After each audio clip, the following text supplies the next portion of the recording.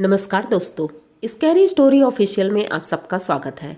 आज की कहानी की तरफ बढ़ने से पहले चैनल को सब्सक्राइब कर लीजिए और अगर कहानी अच्छी लगती है तो प्लीज़ लाइक एंड कमेंट करना मत भूलिएगा। आज की कहानी कुछ डिफरेंट है और बहुत ही डरावनी भी है, तो ध्यान से सुनिएगा कहानी।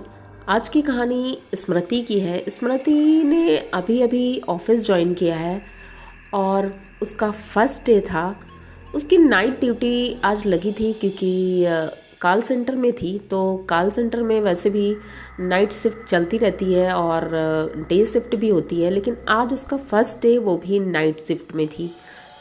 तो वो घर से निकल गई थी और जब ऑफिस पहुंचती है तो आज उसे लेट हो गया था, पहला ही दिन और लेट हो गया। तो वो बहुत परेशान थी, थोड़ी डरी हुई भी थी। ऑफिस के गेट पर पहुंचते हुए ही उसे एक सिक्योरिटी गार्ड मिलता है, जो वो इसकी तरफ बहुत देर से घूर घूर कर देख रहा था। तो ये अपनी गाड़ी से उतर रही थी और उसकी निगाहें उसी से मिली और वो बहुत घूर रहा था। तो इसने सोचा शायद इसलिए घूर रहा है क्योंकि मैं लेट हो गई हूँ। तो मैंने उससे सॉरी बोला। मैंने कहा अरे भैया सॉरी, वो आज फर्स्ट डे ही था और लेट हो गया है। वो कुछ बोलता नहीं है। ये ऑफिस के अंदर जाती है। अंदर ज़्यादा लोग नहीं थे क्योंकि नाइट शिफ्ट में ज़्यादा लोग नहीं रहते हैं। तो वो अंदर गई और अपना काम करके बस वो निकल ही रही थी, तभी उसने देखा कि वो जो सिक्योरिटी गार्ड है वो वहाँ पर नहीं है और जहाँ पर उसकी गाड़ी खड़ी थी वो सिक्योरिटी गार्ड वहाँ पर खड़ा हुआ था और इसकी गाड़ी को कुछ कर रहा था। इसने सोचा कि ऐसा ना हो कि कहीं ये कुछ गाड़ी में गड़बड़ कर दे।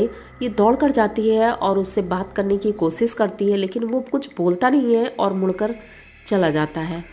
तो ये सोचती चलो ठीक है, जाने दो, वैसे भी इतना लेट हो गया है और अब मुझे घर जाना चाहिए। तो ये घर जाने के लिए अपनी गाड़ी में बैठती है और स्टार्ट कर रही थी, पर गाड़ी स्टार्ट नहीं हो रही थी। तो ये सोचती है उस सिक्योरिटी गार्ड की कुछ हेल्प ली जाए। तो ये उतरती है गाड़ी से और उसके पास जाती है, उसे ढूंढने की कोशिश करती है, लेकिन वो मिल नहीं रहा था। अब वो परेशान होती है, आखिर वो सिक्योरिटी गार्ड कहाँ चला गया। वो इधर उधर आवाज़ भी देती है, लेकिन वहाँ पर कोई भी नहीं था। ये देख कर के थोड़ा अजीब लगा क्योंकि अभी अभी तो वो यहीं बैठा था और अब वो शायद पहचानने भी लगा था कि इसी ऑफिस में मैं आई हूँ काम के लिए। लेकिन आखिर वो गया कहाँ। ये थोड़ी देर वहाँ खड़ी रहती है, वेट करती है कि शायद कोई और आ जाए तो हेल्प मिल जाएगी, लेकिन उस वक्त तक कोई आया ही नहीं था। तो ये बहुत परेशान होती है और सोचती है आज ऑटो ले लेते हैं, ऑटो से चले जाएंगे। तो ये ऑटो बुक करती है और वहाँ से घर के लिए चल देती है। अभी आधे रास्ते पर ही पहुँची थी तो घर फ़ोन करती है और बताती है कि मम्मी मेरी गाड़ी ख़राब हो गई है और मैं ऑटो से आ रही हूँ, बस 15 मिनट में आ जाऊँगी। तो उधर से इनकी मम्मी बोलती है ठीक है बेटा, ध्यान से आना। उसके बाद ये जैसे ही सामने मिरर में देखती है तो वो जो ऑटो वाला था वो कोई और नहीं, वही सिक्योरिटी गार्ड था। ये तुरंत उसको पीछे से टैप करती है और बोलती है कि तुम यहाँ पर हो और मैं तुम्हें कितना ढूंढ रही थी, तुम यहाँ क्या कर रहे हो, तुम तो सिक्योरिटी गार्ड हो ना। वो कुछ नहीं बोलता है। अब ये सोचती है ऐसा कैसे हो सकता है, क्या एक ही जैसे दो लोग होंगे।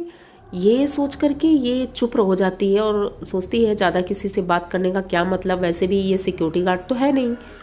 ये अपने घर पहुंचती है और अब पता नहीं क्यों इसके सर में दर्द हो रहा था बहुत ज़्यादा। तो ये सिक्योरिटी गार्ड जो जैसा दिख रहा था वो आदमी ऑटो वाला, उसको पैसे देती है और पैसे दे करके उसे चलता करती है। वो चला जाता है, पर वो पता नहीं क्यों इसे मुड़ मुड़ कर देख रहा था। इसे थोड़ा अजीब लगा। ये अपने घर जाती है, अपनी मम्मी को ये बात बताती है। तो उसकी मम्मी कहती है हो सकता है एक जैसे दिखने वाले कई लोग होते हैं, तो हो सकता तुम्हें इसी वजह से लगा होगा, वरना ऐसा कुछ नहीं है। अब ये रात में सो रही थी और सोते सोते इसे ऐसा लगा जैसे किसी ने दरवाज़ा नॉक किया है। तो ये इसने सोचा मम्मी को डिस्टर्ब नहीं करते हैं, क्योंकि घर में सिर्फ मम्मी और स्मृति ही थी, इनके पापा नहीं थे। तो ये उठती है और जाती है, दरवाज़ा खोलती है। जैसे ही दरवाज़ा खोलती है बाहर वही सिक्योरिटी गार्ड बैठा हुआ था। तो ये देख करके थोड़ा परेशान होती है और पूछती है आप यहाँ क्या कर रहे हो, आप मतलब यहाँ मेरे घर में ऐसा क्या काम है? तो वो कुछ बोलता ही नहीं है। अब इसे गुस्सा लग रही थी कि कितने बार मैंने कितने क्वेश्चन किए, लेकिन ये कुछ जवाब क्यों नहीं देता है। तो ये जैसे ही उसको पकड़ के हिलाती है, वो बैठा हुआ था नीचे, जैसे ही उसने अपना फेस ऊपर किया और इसकी तरफ देखा, स्मृति की हालत तो इतनी ख़राब हो गई उसका फेस देख करके, क्योंकि उसकी आंखें थी ही नहीं, आंखों की जगह पे गड्ढा था। और उसे देख करके ये इतना डर जाती है और वहीं पर बेहोश हो जाती है। जैसे ही नीचे गिरती है, इनकी मम्मी की नींद खुल जाती है, वो दौड़ कर आती हैं और स्मृति को उठाती हैं, तो उसे थोड़ी देर में होश आ जाता है। वो बाहर भागती है और उसे देखने की कोशिश करती है, तो उसे कहीं दिखता नहीं है। वो शायद चला गया था या क्या था, कुछ पता नहीं। ये 2 दिन तक बीमार रही, बहुत ज़्यादा इसको बुखार आ गया था डर की वजह से शायद।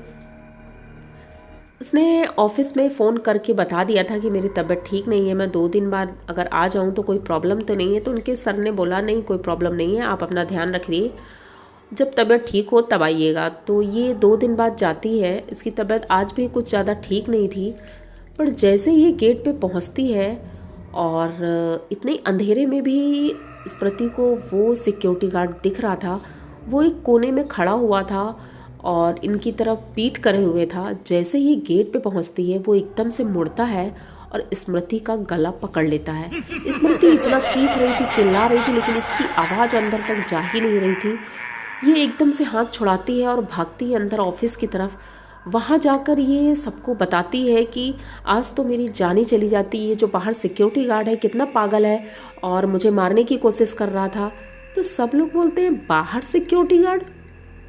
बाहर तो कोई सिक्योरिटी गार्ड नहीं है, क्योंकि 4 दिन से सिक्योरिटी गार्ड तो छुट्टी पर गया है और इसी वजह से बहुत प्रॉब्लम हो रही है। और जो दूसरा सिक्योरिटी गार्ड था उसकी तबीयत ठीक नहीं है। तो फ़िलहाल 4 दिन से यहाँ पर कोई सिक्योरिटी गार्ड है नहीं और इस वजह से कई प्रॉब्लम हो रही हैं। तो वो बोली फिर बाहर कौन है, मुझे फर्स्ट डे भी वही दिखा था। उसने फिर पूरी बात बताई उन लोगों को। तो उन लोगों ने बताया आज से कुछ साल पहले यहाँ पर एक सिक्योरिटी गार्ड था और उसकी डेथ हो गई थी यहीं पर, काम के दौरान हार्ट अटैक हुआ था उसको या ऐसे कुछ बीमारी हुई थी। तो यहीं पर उसने अपना दम तोड़ दिया था और तब से कहते हैं शायद कभी कभी उसकी आत्मा यहाँ दिखती है और यहाँ आने वालों को वो परेशान करता है। तो हो सकता है उसी की आत्मा हो जो तुम्हें परेशान कर रही है। तो अब स्मृति इतना डर गई थी, इतना सुनते ही वो छुट्टी लेकर के अपने घर जाती है और अपनी माँ को बताती है। तो उनकी माँ पहले तो उसकी जॉब छुड़वा देती हैं कि वहाँ जॉब नहीं करनी, क्योंकि सभी माँ ऐसी होती हैं कि जहाँ पर खतरा है भले ही कुछ भी हो, लेकिन माँ तो ऐसा नहीं चाहेगी कि बेटी मेरी वहाँ जाए।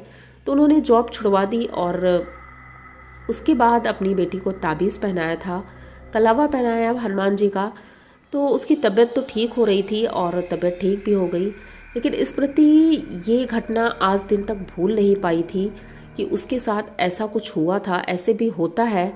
तो ये कहानी आप लोगों को कैसी लगी? अगर अच्छी लगी हो तो प्लीज़ चैनल को सब्सक्राइब करिए, लाइक कमेंट करिए, शेयर करिए और बने रहिए हमारे साथ। इसी तरह की नई और अनोखी कहानियाँ मैं लेके आती रहती हूँ। तो मिलते हैं फिर किसी नई कहानी के साथ, तब तक के लिए डरते रहिए।